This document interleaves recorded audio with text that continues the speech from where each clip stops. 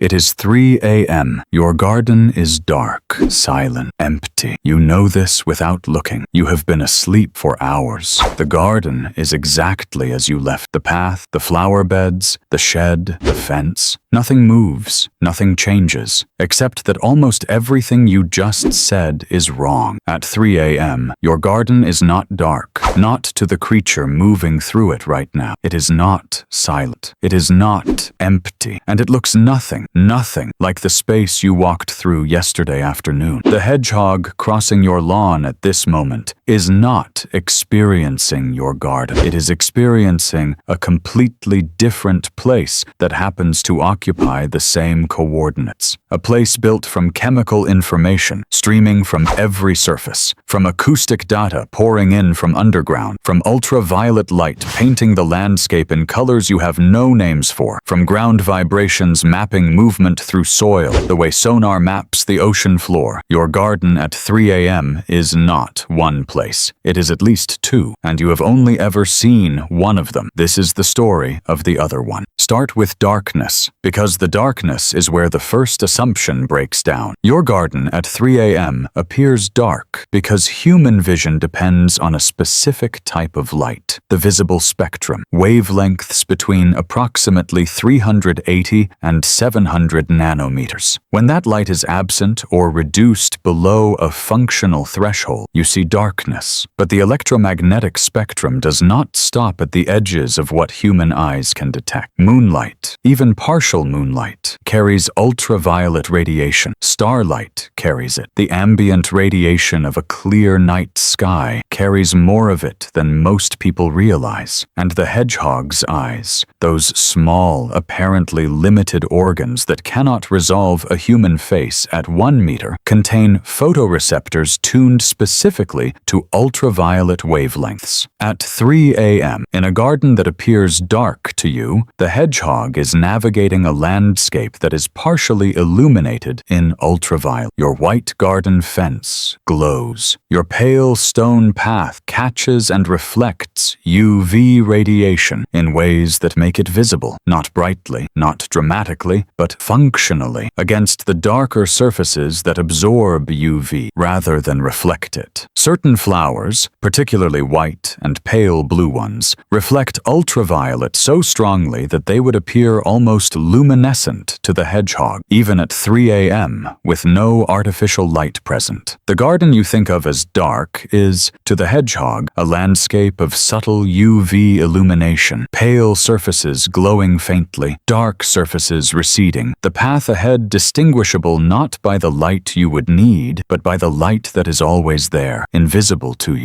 But vision, even UV-sensitive vision, is not the primary way the hedgehog is experiencing your garden at 3 a.m. The primary experience is chemical. Every surface in your garden is producing scent information, not just the obvious sources. The compost bin, the flowers, the soil, after rain, every surface. The fence panels, the stone path, the wooden shed door, the rubber of the garden hose left coiled near the tap. Each of these surfaces carries a layered chemical history. The fence panel that the neighbor's cat rubbed against 6 days ago still carries a faint trace of that contact. The stone path retains the scent of the rain that fell on Tuesday. The shed door holds the chemical signature of the man who touched it yesterday afternoon, slightly degraded now, but still readable. To the hedgehog moving through your garden at 3 a.m., this is not a garden. It is a library. Every surface is a page. Every scent is a sentence, and the hedgehog is reading at a speed and depth of comprehension that has no human equivalent. It knows which animals have been through this space and when. It knows whether the fox that passed through 4 nights ago came back last night. It knows which parts of the garden are regularly disturbed by human activity and which have been undisturbed for weeks. It knows the chemical difference between the corner where you regularly stand to look at the flower bed and the corner you never visit. Your habits are written in chemistry across every surface you have touched, and at 3 a.m., the hedgehog is reading them. Now remove all the scent information. Imagine experiencing your garden purely through sound, but sound extended 45,000 hertz beyond the range of human hearing. This is the acoustic version of your garden at 3 a.m. as the hedgehog experiences it. It is not quiet. It is extraordinarily loud. The earthworms moving through soil beneath your lawn produce ultrasonic vibrations as they push through compressed earth. Every movement, every surface contact, every muscular contraction generates a frequency signature that travels upward through the soil and into the air. To the hedgehog, your lawn at 3 a.m. is acoustically alive with the movement of hundreds of earthworms. It can hear, with meaningful directional precision, where they are, how deep, how fast they are moving. Beneath the rose bed, a cluster of activity, 3 or 4 worms within a 30-centimeter radius. Along the fence line where the soil stays damp, consistent worm movement, a reliable food source. Beneath the paved section near the shed, silence. Nothing there. The hedgehog is not exploring randomly. It is navigating an acoustic map of prey distribution that it has built over many nights of listening. Your garden's invisible underground life is, to the hedgehog, as visible as the above-ground landscape is to you. And it does not stop at worms. Beetles moving through leaf litter produce distinctive ultrasonic signatures. Slugs crossing stone surfaces create friction sounds at frequencies humans cannot detect. Moth larvae moving through soil, crane fly grubs shifting position, ground beetles hunting through the damp corner near the compost. All of it audible, all of it directionally locatable, all of it feeding into the hedgehog's real-time acoustic picture of your garden. At 3 a.m., your garden is producing a continuous, rich, layered acoustic broadcast. The hedgehog is listening to all of it simultaneously. You, sleeping 2 floors above, are hearing none of it. There is a 4th dimension to the hedgehog's experience of your garden that most people never consider. The ground is not solid information. It is dynamic. It is transmitting. Every movement on or in the soil creates vibration that travels through the ground in detectable waves. The hedgehog's paw pads contain mechanoreceptors, pressure and vibration-sensitive nerve endings that feed continuous ground vibration data into its sensory processing. At 3 a.m., walking across your lawn, the hedgehog is receiving a constant stream of vibration information from the earth beneath each step. The fox that crossed this same lawn 2 hours ago left compression marks in the soft soil that have not fully recovered. The hedgehog's paw pads register the subtle difference in soil density where that weight pressed down. The section of lawn near the water tap, regularly walked on by the man who lives here, compressed, harder, different vibration response, is distinguishable from the section near the back fence that is rarely walked on. The garden shed transmits low-frequency vibrations from the refrigerator in the house, traveling through foundations and soil in a constant subsonic hum that the hedgehog registers as a background signal associated with human habitation. The hedgehog is not just walking through your garden. It is reading it through the soles of its feet. Every step is a data point. Every surface texture, a piece of information. The garden's physical history, what walked here, how often, how recently, encoded in the compression and vibration response of the soil. At 3 a.m., your garden is telling a story through the ground. The hedgehog is following it, sentence by sentence,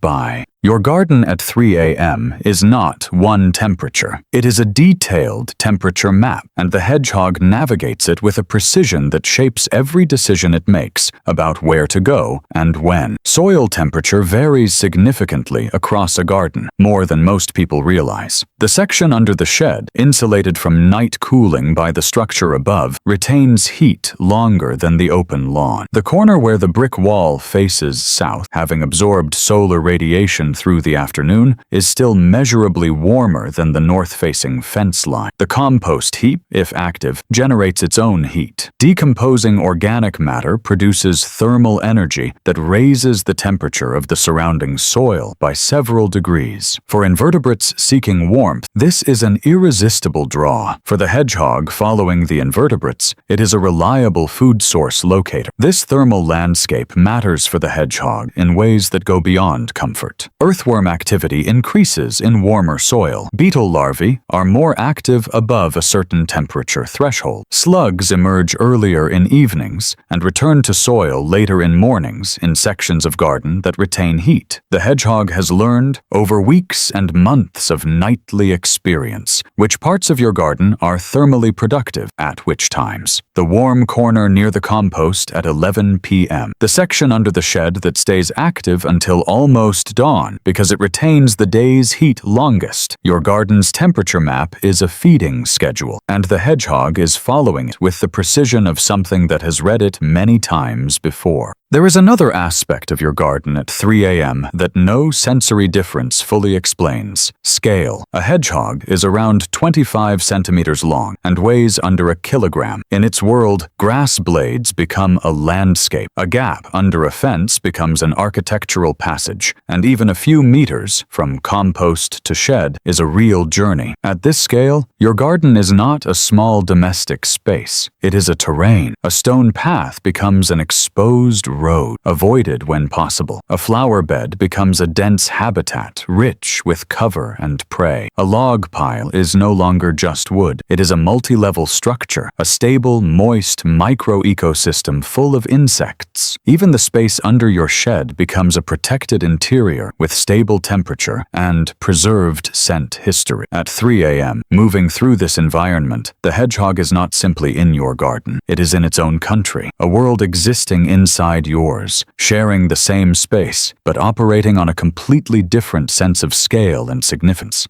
Your garden at 3 a.m. exists differently in time. You experience it in the present, what it looks like now, and what you recently changed, while the hedgehog experiences it as accumulated history. Rain from nights ago still lingers in the soil. Old scent traces from other animals remain faintly in deeper layers, and even long-past activity near fences or hidden corners leaves degraded but readable signals. Your garden is not just a place, it is a layered archive of everything that has happened within it. And the hedgehog does not just move through space, it moves through time, reading days, weeks, and months of information no human could reconstruct by sight alone. This gives it a completely different relationship with your garden. It is not visiting a place, it is reading a record that contains your habits, your presence, your routines, and your absence. Everything you have done in that space is still there, written in chemistry, soil, vibration, and scent. And at 3 a.m., it is being read silently by something that has never spoken a word. This is where the story changes the question entirely. The hedgehog does not just experience your garden differently. It knows things about it that you do not. It knows where earthworms are densest, where prey is easiest to catch, which soil and plant zones attract specific insects at specific temperatures. It reads the seasons in real time, soil temperature shifts, fungal growth, insect activity, and chemical changes that signal transition. It also knows water, where it pools, where it drains, where moisture lasts longest, and therefore where food is most concentrated. And it knows danger. Netting near the shed, the pond's edge, slug pellet zones with low life, and unpredictable human activity near the gate. The hedgehog maps both food and risk with equal precision. At 3 a.m., it moves through both at once. You know your garden as something you created. The hedgehog knows it as what it actually is.